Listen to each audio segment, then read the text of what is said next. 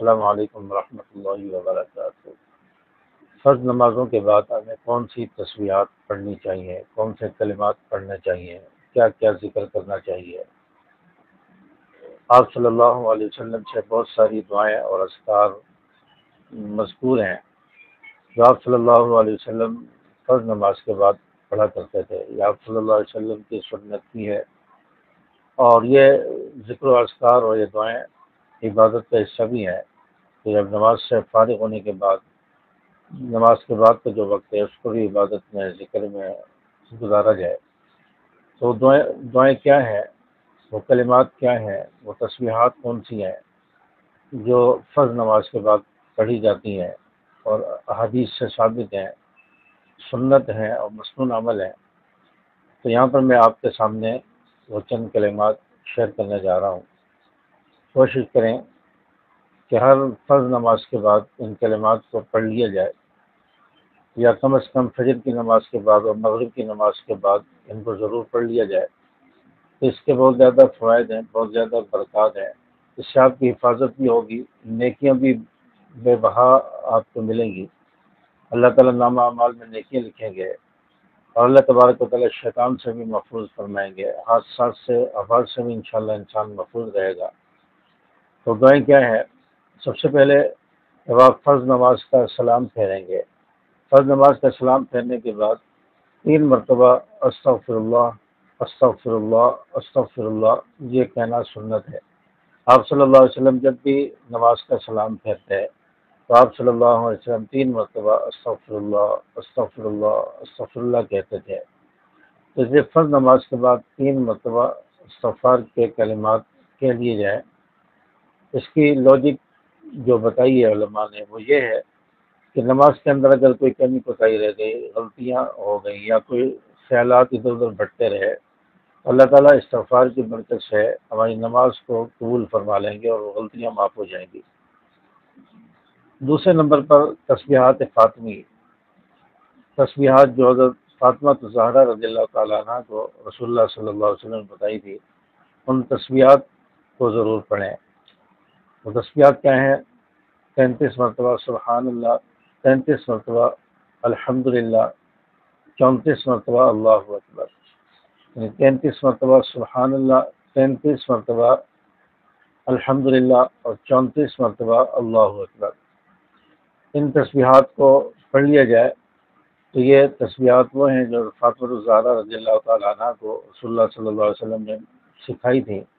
جب آپ غلام لینے کے لیے گئی تو آپ صلی اللہ علیہ وسلم نے غلاموں کی بجائے آپ سے کہا کہ آپ کو میں ایک تسبیح بتاؤں جو کئی غلاموں سے زیادہ بہتر ہے۔ تو حضرت فاطمہ الزہرا رضی اللہ تعالیٰ عنہ کو رسول اللہ صلی اللہ علیہ وسلم نے یہ تسبیح بتائی اور فرمایا کہ رات کو جب سونے لگو، بستر پر جاؤ تو اس تسبیح کو پڑھ لیا کرو، تسبیحات پڑھ لیا کرو، آپ کے کام آسان ہو جائیں گے۔ تو فاطمہ الزہرا رضی اللہ تعالیٰ عنہ نے جب ان تسبیحات کو پڑھنا شروع کیا تو ان کے کام آسان ہو گئے، ان کو پتہ ہی نہیں چلتا تھا، کاموں کا بوجھ ہلکا ہو گیا۔ تو ہماری خواتین رات کو سوتے ہوئے ان کلمات کو، ان تسبیحات کو ضرور پڑھیں، اور ہر فرض نماز کے بعد ان کو پڑھنا اپنا معمول بنا لیں۔ نمبر 3، آیت الکرسی کا اہتمام کریں، آیت الکرسی پڑھیں۔ آیت الکرسی کی بہت زیادہ فضیلت ہے۔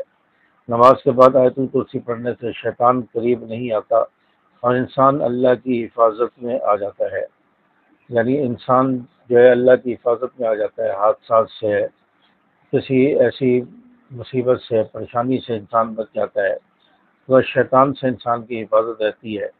اور جس گھر میں آیت الکرسی پڑھی جائے، شیطان اس گھر میں بھی نہیں داخل ہوتا، شیطان اس گھر سے دور ہو جاتا ہے۔ تو آیت الکرسی یہ شیاطین اور اثرات، بری چیزوں سے بھی بچاتی ہے اور حفاظت بھی کرتی ہے۔ تو آیت الکرسی پڑھنے کا فرض نماز کے بعد اہتمام کریں، ہر فرض نماز کے بعد پڑھا کریں۔ نمبر 4، معوذتین اور سورۃ الاخلاص، یعنی سورۃ الاخلاص، قل هو اللہ احد، سورۃ الفلق اور سورۃ الناس، ان صورتوں کو پڑھنے کا اپنا معمول بنا لیں۔ یہ 3 صورتیں، سورۃ الاخلاص، سورۃ الفلق اور سورۃ الناس، ان کو ضرور پڑھا کریں، یہ حفاظت کے لیے ہیں، اور شیاطین سے، وسوسوں سے، حاسدین کی حسد سے، برے لوگوں سے اللہ تعالیٰ انشاءاللہ آپ کی حفاظت فرمائیں گے۔ اسی طرح 5واں نمبر پر چوتھے کلمے کے جو کلمات ہیں، لا الہ الا اللہ وحدہ لا شریک لہ لہ الملک و لہ الحمد وہو علی کل شیء قدیر، ان کلمات کو پڑھ لیا کریں۔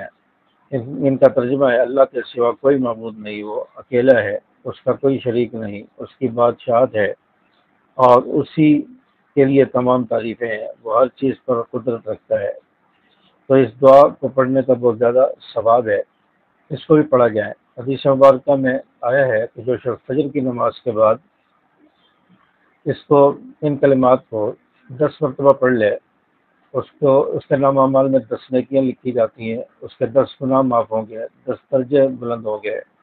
اللہ تبارک و تعالیٰ اس شخص کو 10 غلام آزاد کرنے کا ثواب عطا فرمائیں گے، اور شخص کو اللہ تبارک و تعالیٰ صبح سے لے کر شام تک شیطان سے محفوظ رکھیں گے، شیطان اسے نقصان نہیں پہنچا سکے گا۔